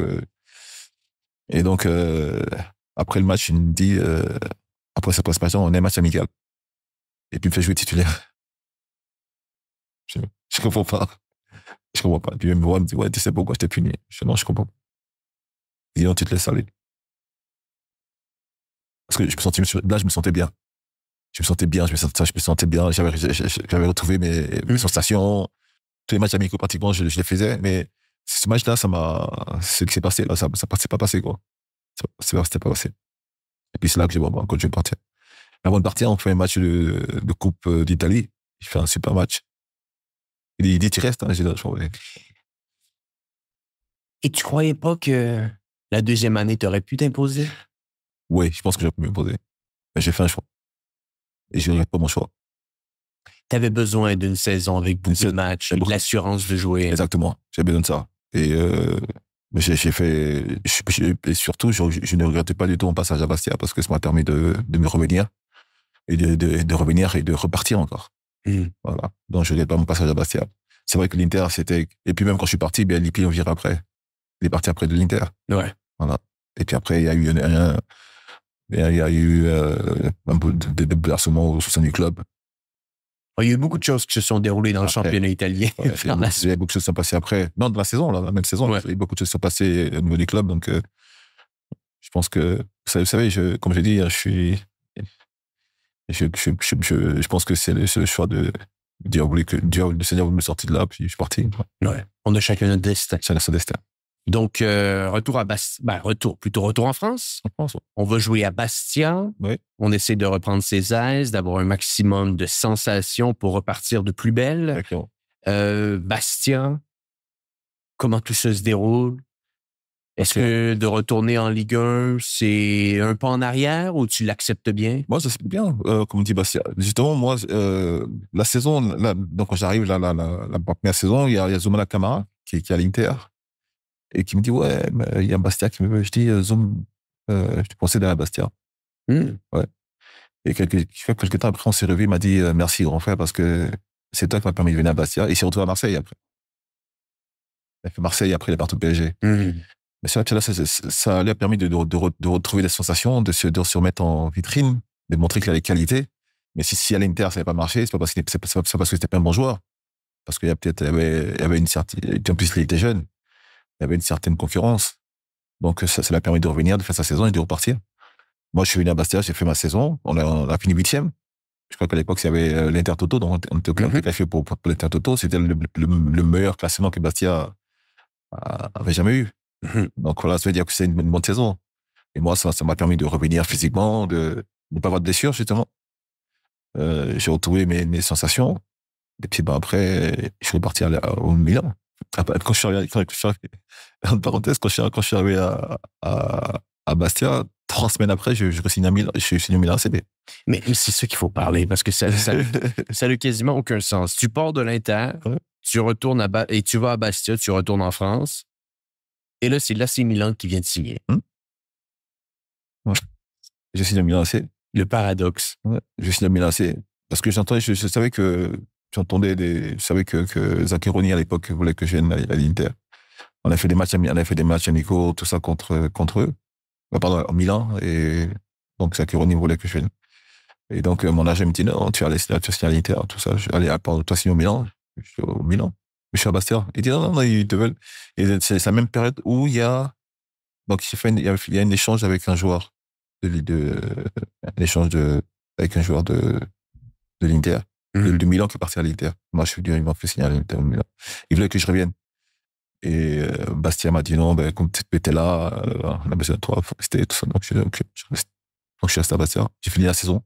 Ouais. Puis après la saison, je suis parti. Après la saison, je suis allé en sélection. Après la sélection, je suis venu à Milan. Ils avaient déjà repris les entraînements. Et quand j'arrive à Milan, je reste 2-3 jours. Et il me dit Monaco, vu que tu viens de là-bas, donc je suis allé à Monaco. Donc là, tu as bougé un petit peu partout. J'ai bougé. Parce qu'avec l'AC Milan, c'est ce qui s'est déroulé un petit peu. Rapidement, tu as bougé. Tu jamais vraiment eu, on dirait, la chance de t'imposer là-bas spécifiquement. Il y a eu des prêts qui se sont mis en place. C'était quoi un petit peu les conversations avec l'AC Milan? Parce que de ce qu'on voit un petit peu de l'externe, il y a eu beaucoup de mouvements. Est-ce que ça avait été expliqué, énoncé? Comment tout ça s'est discuté avec toi et ton agent? Non, c'est pas comment dire ça. Quand je reviens à Milan après mon passage à Bastia, j'arrive à Milan, je fais les séances d'entraînement, il y a une match amical que je fais. J'ai même pas le temps de me poser. Et c'est là où il y a eu le transfert de Djetou, ouais. Martin Djetou, qui part de Monaco, qui va à Parme. OK. Et eux, Monaco cherche un défenseur. Et donc, c'est l'arrivée de Didier Deschamps à Monaco. Et donc, c'est moi qui choisis pour remplacer Martin Djetou.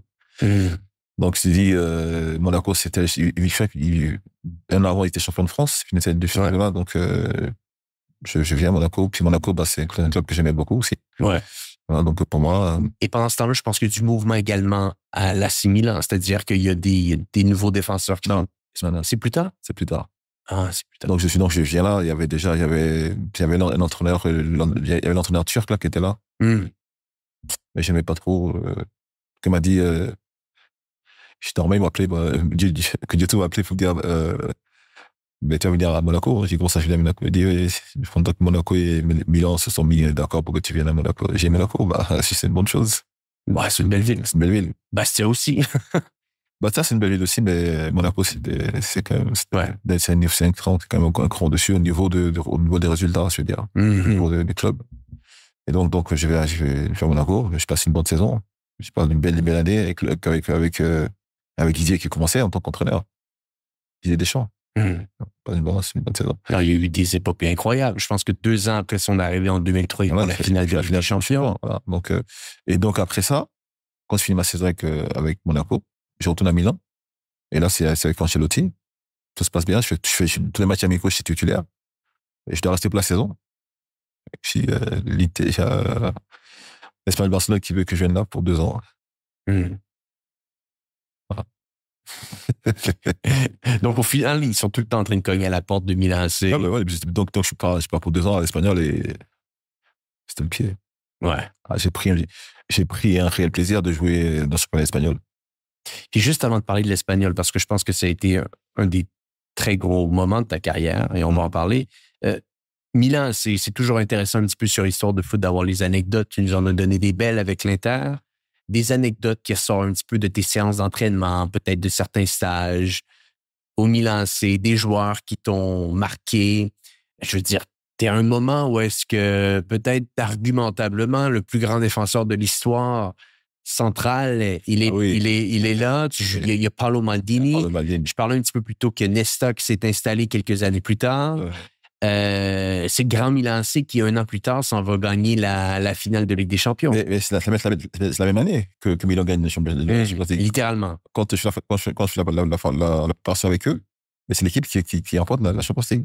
Après, je me suis dit, merde, j'aurais dû rester. Mais c'est pas grave, c'est un choix.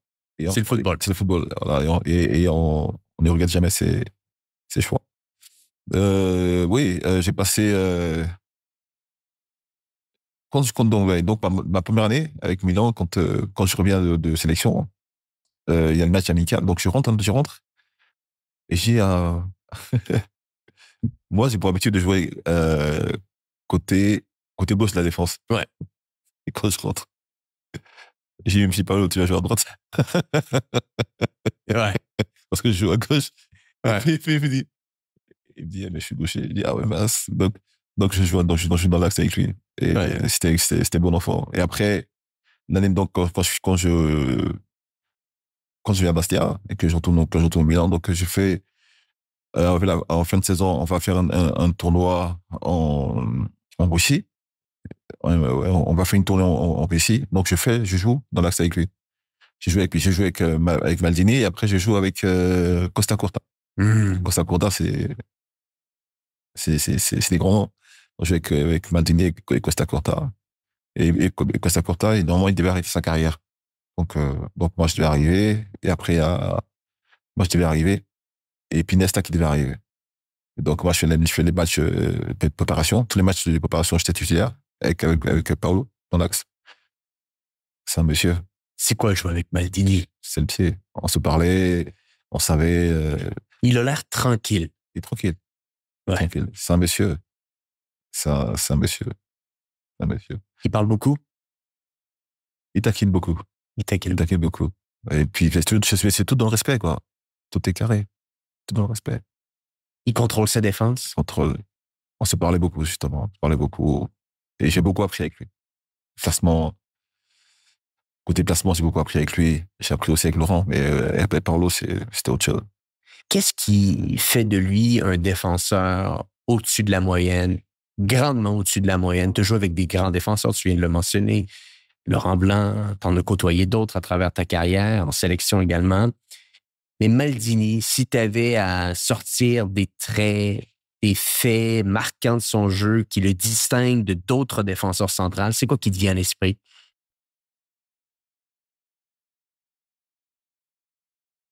Mais c'est un joueur, non, je dirais c'est tout dans la simplicité.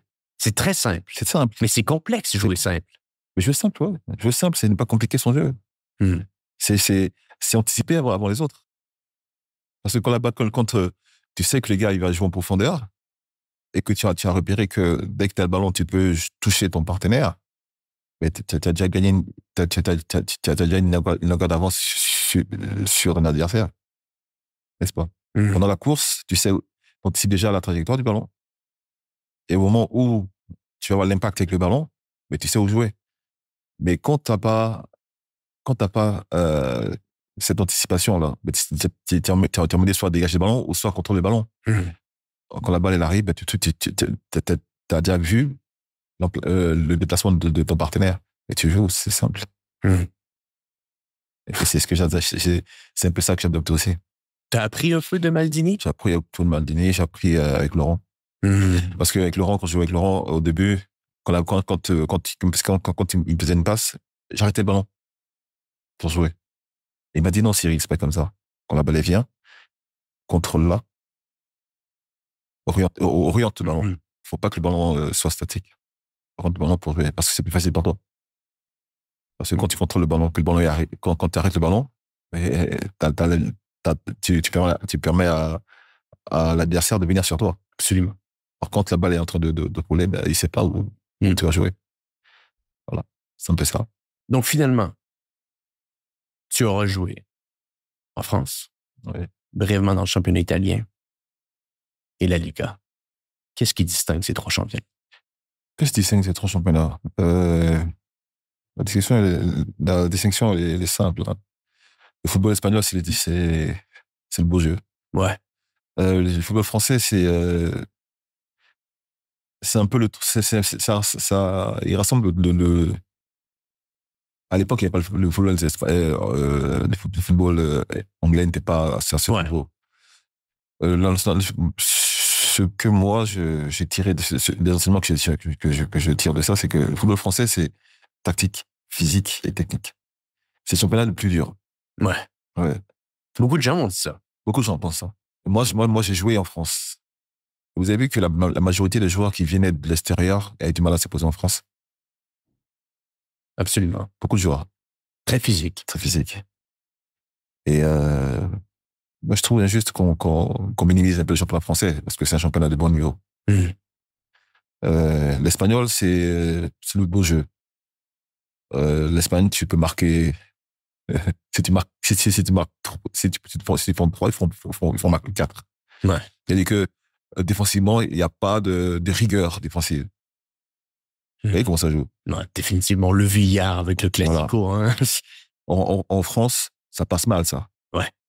En France, c'est la rigueur défensive, l'équipe doit être compacte. La rigueur, si tu as perdu, si tu perds 2-1, 3-1, à l'exception de jouer contre le PSG. Mais sinon, c'est ça. Euh, L'ADN football français, ce n'est pas encaisser beaucoup de buts, c'est de marquer. Et puis, voilà. Et c'est très dur. L'Italie, c'était, à mon époque, c'était physique et tactique. Très tactique. Et j'ai beaucoup appris. C'est ce qui m'a fait grandir. Donc, le cumul de tout ça, ça m'a permis d'avoir un bagage assez intéressant. C'est impressionnant, même. Je peux pas terminer, Cyril, sans te parler de la Côte d'Ivoire. Oui. En sélection. Je veux dire, Coupe du Monde 2006, t'es capitaine de l'équipe. On fait une finale également avec la Côte d'Ivoire, avec la CAN pour la Coupe d'Afrique des Nations en 2006. Des moments, j'imagine, un peu difficiles parce qu'il y a eu des défaites en finale. Mais bon, parle-nous peut-être un petit peu de ce groupe parce que c'est un groupe excessivement puissant. La Côte d'Ivoire du début des années 2000, la Coupe du Monde même 2006. À quoi ça ressemble tout ça? C'est quoi tes meilleurs souvenirs? Mes meilleurs souvenirs, je garde le souvenir de la qualification. Parce que pour la Coupe du Monde, on perd contre le Cameroun en Côte d'Ivoire. C'était le match, c'était la finale du groupe. Parce qu'on était en tête. On perd ce match à Abidjan. On perd 3-2. Un match sous pression. Il y a une attente du peuple. On a perdu ce match-là 3-2. Et puis, on nous donnait éliminer, pour éliminer. Et on me donnait pour éliminer. Et on va jouer au Soudan. Et au Soudan, on gagne là-bas. Le Cameroun, chose curieuse. Je pense que quand on commençait le match au Soudan, le Cameroun, je crois que le Cameroun avait commencé quelques minutes avant nous, je crois, un truc comme ça. Où on a commencé au même, je crois, aux mêmes minutes, je pense. Et on finit le match. Nous, on finit le match chez nous, et le Cameroun, ils jouent encore. Oh. Ils ont joué encore, je crois, 10, 15, 5 ou 10 minutes encore de plus. Et nous, ben, après le match, on était au milieu de terrain, puis on attendait que l'arbitre siffle, quoi. Et puis l'arbitre le met un penalty. C'est le penalty pour le Cameroun. Et là, je me disais, avant le match, je me disais, mais si on se qualifie, quel sera mon état d'esprit? Comment ça se passait? Parce qu'on s'est battu pour ça. Et puis si on se qualifie, comment réagir? Et puis là, le Cameroun rate son penalty. On voit son penalty. C'est en plus un ami, Pierre Romé, qui frappe la balle, il frappe le poteau et puis elle sort. Et sort, puis l'arbitre siffle. Là, on a fondu en larmes parce que c'était la période où c'était quand même difficile en Côte d'Ivoire. C'était difficile en Côte d'Ivoire parce que c'était la période où il y avait la période difficile. Ouais, il y avait la guerre, tout ça. La guerre. Voilà, et donc, nous, on se battait pour rendre heureux le peuple ivoirien. On se battait pour rendre le peuple ivoirien heureux. Et le match qu'on avait perdu là-bas, pour nous, ça avait été difficile pour eux, et encore plus pour nous, parce que c'est nous qui étions sur le terrain. Et notre pays ne savait pas la grosse responsabilité et la grosse charge qui pesait sur nos épaules. Et cette grosse déception qu'on avait, mais qu'on vivait. Ouais. C'était pas été facile. Et puis, pour nous, se qualifier là, c'était se libérer de ce fardeau-là. Et puis, leur dire que malgré les clivages qu'il y avait, nous, on était restés unis, solidaires, même si on nous donnait pour éliminer, on y a cru jusqu'au bout. Et là, c'était quelque chose de fabuleux. On se qualifie. Ouais. On arrive à Abidjan. Ceux qui avaient vécu ça, c'était l'équipe de 92 qui avait remporté la première Coupe d'Afrique. Ils avaient vécu ça avec l'ancien président. Et nous, on sommes arrivés de l'aéroport. Logiquement, de l'aéroport, on mettait à tout casser 20 minutes pour allier l'aéroport au centre-ville. On a mis 3 heures. J'imagine. Ouais, c'était la génération Drogba, il y a toi. Ouais, c'était, il y a Drogba, il y a Kalou qui est là. Kalou Bonaventure. Ouais. Emers Faye, Yaya Touré, Kolo Touré, Eboué, Kader Keita, c'était une belle génération. C'est une très belle génération. Donc, c'était une fierté. C'est une fierté pour nous d'avoir permis à notre pays de pouvoir hisser son drapeau au rendez-vous mondial du football. Voilà. Et puis, ça, c'est un très beau souvenir. Et puis, la finale de la Coupe d'Afrique, où on se retrouve en finale contre l'Égypte. L'Égypte qu'on avait battu à 2 reprises pendant les éliminatoires. L'Égypte était à l'époque la bête noire de la Côte d'Ivoire. Mais nous, on les a battus chez eux et chez nous pendant les éliminatoires de la Coupe du Monde. Puis on se retrouve en finale contre eux. Moi, j'ai pas joué parce que cette canne-là, je revenais de blessure. Donc, j'ai pas joué la finale. Mais j'étais là, quoi. Et on aurait souhaité remporter ce trophée pour donner encore plus de joie aux Ivoiriens. Ouais. Mais à notre surprise, quand nous sommes arrivés à Abidjan, le peuple est venu nous accueillir à l'aéroport. Ah oui, c'était fabuleux. Vous êtes repris il y a à peu près 1 an et demi de ça. Donc, vous avez été capable de la regagner, la Coupe d'Afrique. Pardon? Vous avez été capable de vous reprendre il y a quelques années de ça. Vous l'avez gagné, la Coupe d'Afrique. Donc, c'est bien, ouais. Je l'ai gagné en tant que responsable, en tant que membre du staff. Et surtout à Abidjan, oui. Surtout à Abidjan. Ouais. En plus, c'était à domicile. Donc, c'est une belle revanche. Cyril, oui. Merci énormément d'avoir pris du temps aujourd'hui avec moi sur Paris. Tu as une histoire de foot qui est fabuleuse, exceptionnelle. Merci. Et je suis heureux qu'on ait pris du temps de la mettre en avant. Une question, si tu avais un conseil à donner à un jeune qui nous écoute aujourd'hui qui veut devenir professionnel, un conseil, qu'est-ce qui te vient en tête? Un conseil qui vient en tête, c'est de croire en ses qualités et d'éloigner de lui tout doute. Parce que des fois, on a le doute comme ça, l'esprit du doute qui vient pour dire non, tu peux pas y arriver. C'est de mettre ça de côté et puis être focus sur son objectif. Et rester focus sur son objectif et ne jamais douter de ses qualités. Mais c'est un conseil que j'espère que les gens qui nous écoutent vont écouter. Cyril, merci beaucoup d'avoir pris du temps aujourd'hui avec nous. Et pour les gens qui nous écoutent, eh bien, on se dit à bientôt pour un prochain épisode du podcast. Je te remercie de m'avoir invité et ça fait plaisir. J'ai passé du bon temps. Ouais, mais écoute, je pense qu'on a eu un très bon moment. Merci, Cyril. Merci.